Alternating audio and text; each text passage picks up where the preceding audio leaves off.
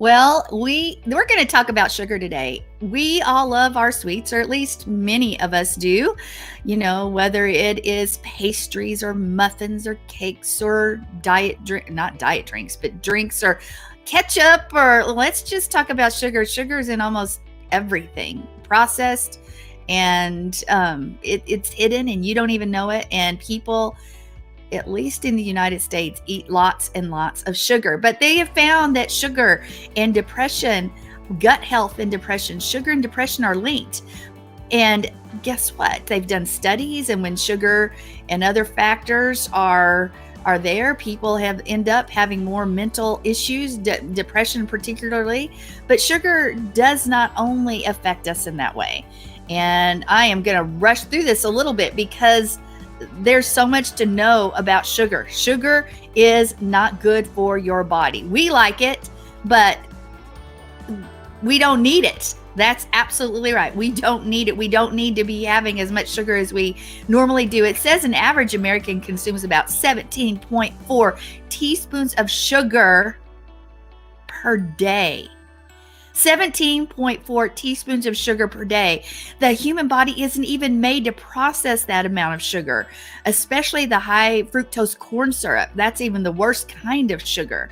But sugar itself is used by cancer cells to help them increase, to grow. It helps feed cancer and disease. And y'all have heard that before. A safer consumption of sugar would be about 25 grams per day. But sugar is toxic. Sugar is addictive, more addictive than cocaine. Sugar is also deadly. And unfortunately, we like it. Yeah, we do. We like to have it. Sugar is one of the most damaging substances you can ingest, and it's everywhere. Today, an average American consumes so much sugar, and it's way more than they used to, because in the 1700s, people consumed about 4 pounds of sugar per year. Yeah, I said per year. What's even more disturbing is that a lot of the sugar we're having is that high fructose corn syrup, which is it metabolized directly into fat. Yeah, so a form of sugar that you have, you wonder why I'm on a diet, except I have a few cheats here or there, or I'm not eating that much and I still keep getting fat. Well, part of the reason, besides metabolism and other things, is sugar. Sugar goes directly to fat. Yeah, especially the high fructose corn syrup. So what does that mean? It says that 3 times the amount of sugar is ingested for each of us in average, and some maybe more even. Now, what does it do? It overloads and damages your liver. Did you know it's like alcoholism to the liver? It can it gets shuttled by the organ, which tries to siphon it out, transport it, and it overloads your liver, and it can lead to that fatty liver, that cirrhosis type thing of the liver, just from sugar. That's pretty serious. Yeah, it actually tricks your body into gaining weight, and it affects your insulin and leptin signaling. It turns off your body's appetite control system, so you wonder why you're hungry? Sugar. Yeah. Sugar, it causes you to eat a lot more than you need to. It also causes metabolic dysfunction.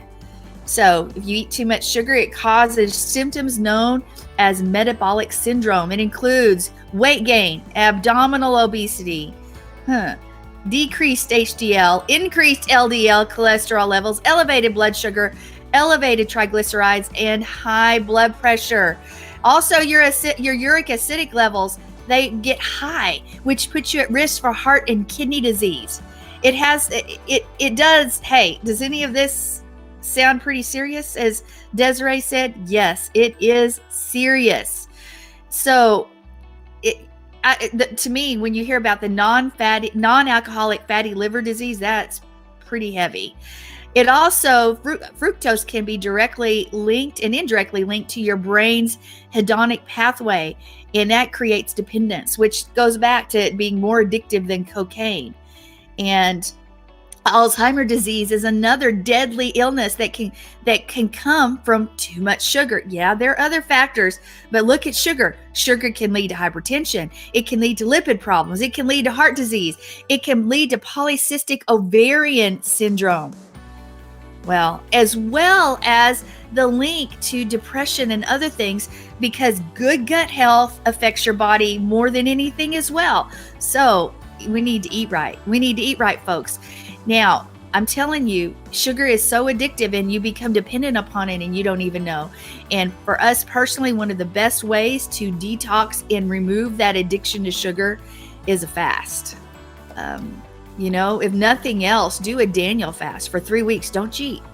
Don't cheat. No breads, no pastas, no sweets. You stay on fruits and vegetables, legumes and nuts, and some whole grains maybe. But if you'll do that faithfully, your desire for sugar, it will literally be distasteful in your mouth. We've done that throughout the years. When we do a 3-week fast like that, the whole way we eat, our desire, the way that we eat changes.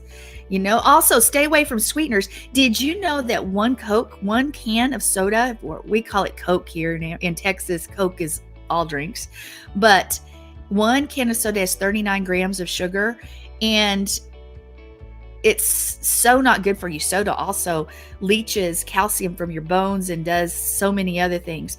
But we need to change the way we eat. Yeah. Joe says sugar gets the pleasure area of your brain going. And like you said, it's addictive like cocaine. Sugar. Think about this. How many people do we walk around in a society that is taking all sorts of meds for moods and behavior? Let's change our diet. Let's remove the sugar and see what happens. They've done that in mice and found what a great difference it makes. Hey, as humans, it's not a hard thing. And yeah, Amy, a 3-week Daniel fast, if nothing else. You can do another kind of fast too, but stay consistent for 3 weeks and your taste buds change and you have no desire for sugar. It becomes very distasteful. So what do you drink instead of soda? Well, you know what, folks? The best thing to drink is water. Just good old purified water. That would be good to get the addiction away. Anyway, there's a lot more to talk about for sugar, but we are on a tight schedule today. So if you guys comment, it has to be super short because we have to get to our news segment. So I know I'm limiting you. Do you have anything you want to say on sugar? I just think that you make it sound like it has a mind of its own. It's almost like it's a satanic spirit that comes in and makes you do all of these things. I don't know why you're saying these things, because I love sugar and there's nothing wrong with sugar. All right, Mark. Sherry. I like sugar. Did you have anything you wanted to say on sugar real quick? Well, one thing is the studies show that high fructose corn syrup was introduced in 1970. Since 1970, obesity in the U.S. has tripled. It is directly linked to the high fructose corn syrup, and the body doesn't shed it like it would other things, and it actually causes insulin resistance, which is one of the biggest causes of diabetes now. And so they've seen a great increase in diabetes since they've had the high fructose corn syrup. And then another thing is, a lot of people don't realize, and I know you're talking about like the white granulated sugar and stuff, or sources of sugar. A lot of people don't realize that a lot of your root vegetables turn into sugar when you eat them. Carrots, potatoes, parsnips, these root vegetables actually, and actually I had my doctor tell me, he said, when you get a baked potato, he said, get that baked potato, put your butter in it and mix it all up and chop it all up. And he said, and then in your mind, see it as a bowl of sugar that you're eating, because that's what you're eating. That's what it does in your body. As well as fruits, but regular white potato. Fruits have fiber in them that helps slow down the absorption of sugar. But if you have sugar problems, diabetes, you really should stay away from potatoes and grains and stuff like. And we talked earlier, I may do a segment on what I was telling you about. I think you should. We're going to have a follow-up on this next week with Sherry. So thank you guys. Thank you guys so much. We are richly blessed to bring you what we believe is the fullest, most diverse, yet up-to-date progressive teachings, discussion, and prayer programming you can find anywhere on this planet. Be sure to take the tour of the MessianicLambRadio.com website. I'm Susan Hoogie, thanking you for joining us on the Messianic Lamb Video Network.